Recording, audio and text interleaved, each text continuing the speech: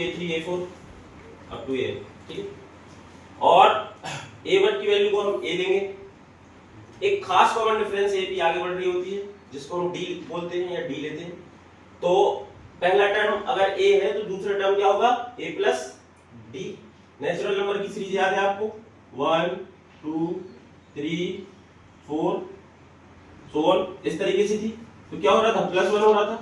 मतलब अगर ये पहला टर्म है तो इसमें क्या ऐड हो रहा है कॉमन डिफरेंस 1 ऐड हो रहा है। तो मिलकर के क्या बन रहा है दूसरा टर्म बन रहा है। अभी फिर से इसमें +1 हुआ है ना, इसमें फिर से +1 हुआ तो थर्ड टर्म बन रहा है। ये फर्स्ट टर्म था, ये सेकेंड टर्म है और ये क्या होगा थर्ड टर्म।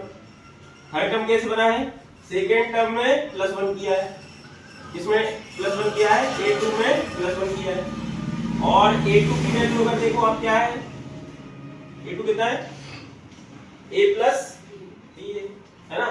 तो और ये क्या है 1 क्या है कॉमन डिफरेंस है ना, तो इसको भी हम D लिख सकते हैं। 1 को क्या लिख सकते हैं D। तो A2 में D ऐड किया है तभी क्या आया है थर्ड टर्म आया है।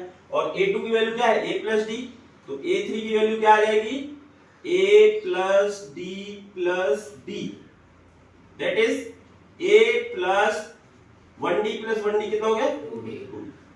तो देखो थर्ड टर्म कैसे आया सेकेंड टर्म में कॉमन डिफरेंस को ऐड करने से। ऐसे ही फोर्थ टर्म कैसे आएगा थर्ड टर्म में कॉमन डिफरेंस को ऐड करने से। तो A4 अगर निकालना चाहो आप तो कैसे आएगा थर्ड टर्म में कॉमन डिफरेंस को ऐड कर देंगे।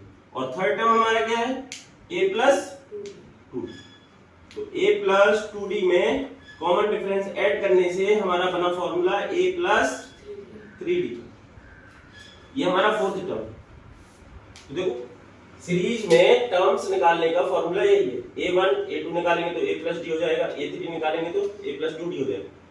तो चलो अगर हम जनरल टर्म लिखना चाहें कि AN कैसे निकालेंगे AN, तो हमें एक सीक्वेंस समझ में आ रहा है। और सीक्वेंस ऐसा है कि देखो सेकेंड टर्म निकालने पर 1D है,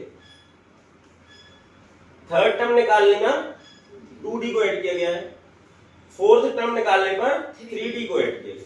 मतलब जो नंबर यहां लिखा है उससे एक कम यहां पर है कि नहीं, जो नंबर यहां लिखा हुआ है उससे एक कम यहां पर है। तो इसी से हमने nth टर्म का फॉर्मूला निकाला। और nth टर्म का फॉर्मूला इस सीक्वेंस से क्या बन रहा है हमने फर्स्ट टर्म ऐड किया प्लस एक कम, जो नंबर यहां पर है उससे एक कम।